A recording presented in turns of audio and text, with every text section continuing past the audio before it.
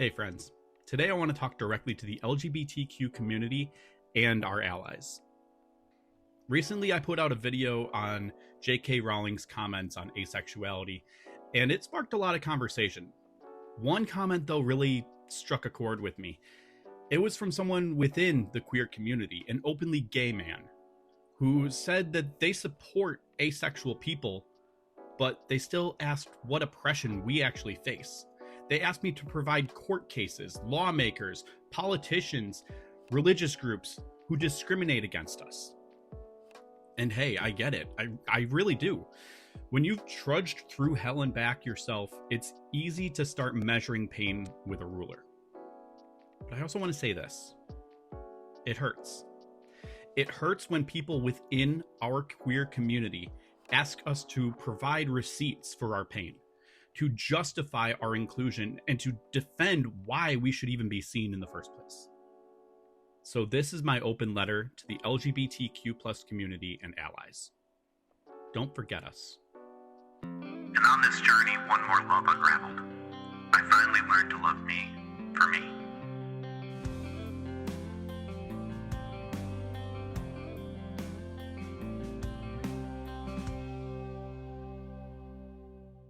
There's something especially painful about feeling forgotten by people who know what it's like to be forgotten. Asexual people often get left out of the LGBTQ+ umbrella. We're not always invited to pride events. I've even seen comments where people specifically said that in that last video. We're rarely included in legislation or in health policies. Our stories aren't in history books or in major documentaries. And when we do get mentioned, it's usually during ACE Week, maybe during International Asexuality Day. And even then, we're lucky if we even get more than a passing sentence or an infograph. We're told representation matters, but then folks look right past us. It's exhausting. It's isolating. And it's not what community is supposed to be like. So let's go there. Let's show some of these receipts. Since the word oppression actually got brought up into the conversation by J.K. Rowling herself, what are some of the things that asexual folks actually have to deal with? And please note that there will be some tough conversation ahead. If it's something that you're sensitive to, feel free to pause, and I will provide a time stop in the description for when you can resume. Let's start with one of the most heartbreaking: corrective sexual assault. According to the Maryland Coalition Against Sexual Assault, 43.5% of asexual participants reported experiencing sexual violence. Nearly 1 in 5 said they'd been pressured into having sex due to social pressure. This isn't just theoretical. It happens. Take my word for it. I should know. And it's horrifying. Legally, we're still invisible too. Asexuality isn't explicitly protected under US anti-discrimination law. Title VII doesn't name us. It's the same in the UK. Ace people aren't mentioned in the Equality Act.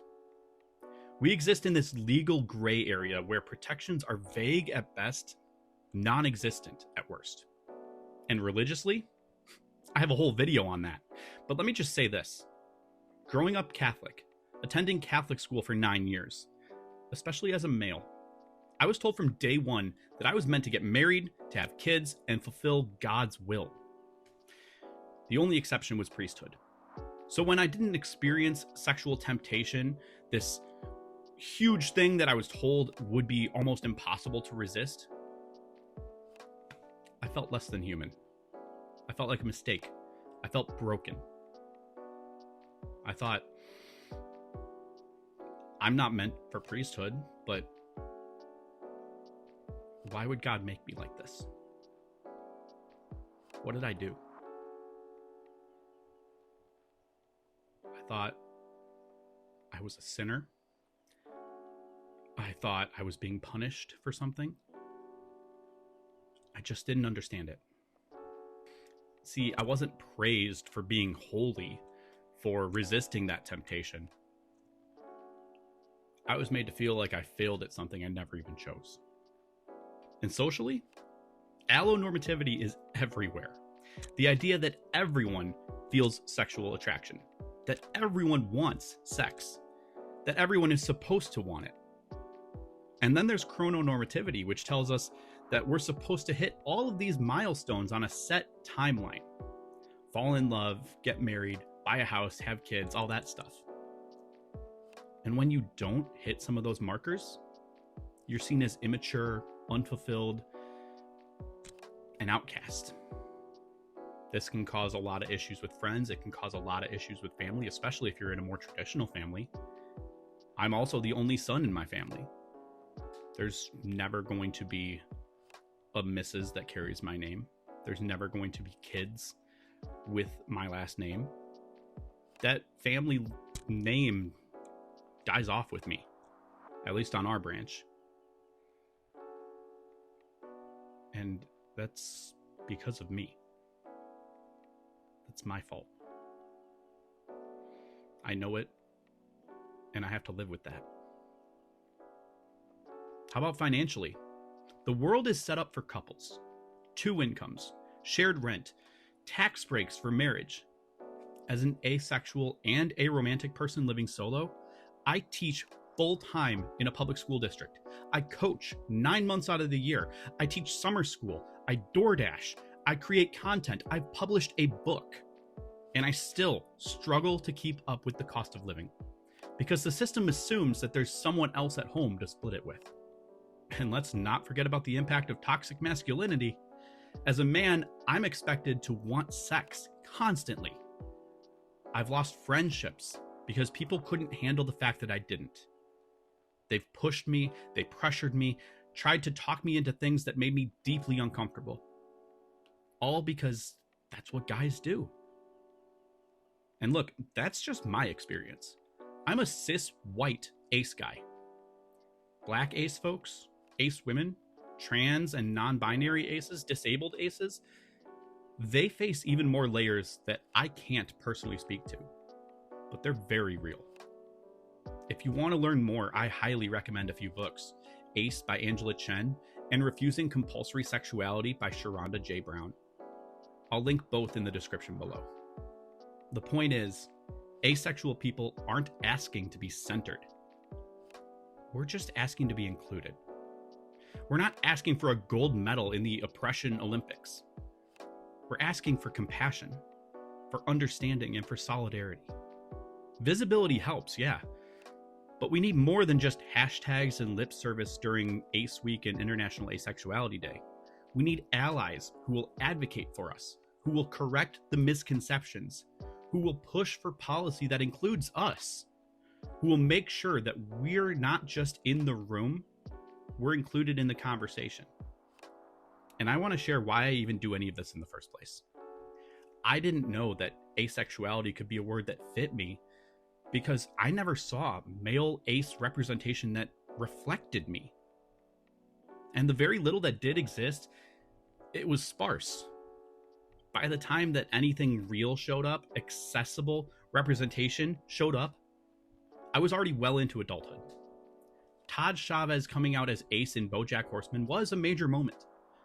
And I remember watching it on Netflix, but that was in September of 2017. I had already turned 27 by then. I had already gone through high school, college, friends' weddings, and years of heavy expectations weighing down on me. I didn't fit anywhere as a guy who didn't experience sexual attraction. In college, that meant going to the bars with my friends, where they'd try to push me into situations I didn't want to be in, because they thought they were helping. Then they'd pair off with someone, and I'd be left behind at the bar, still trying to fill that emptiness in a different way. And then I'd stumble home alone. Now, thankfully, it wasn't a long walk for me.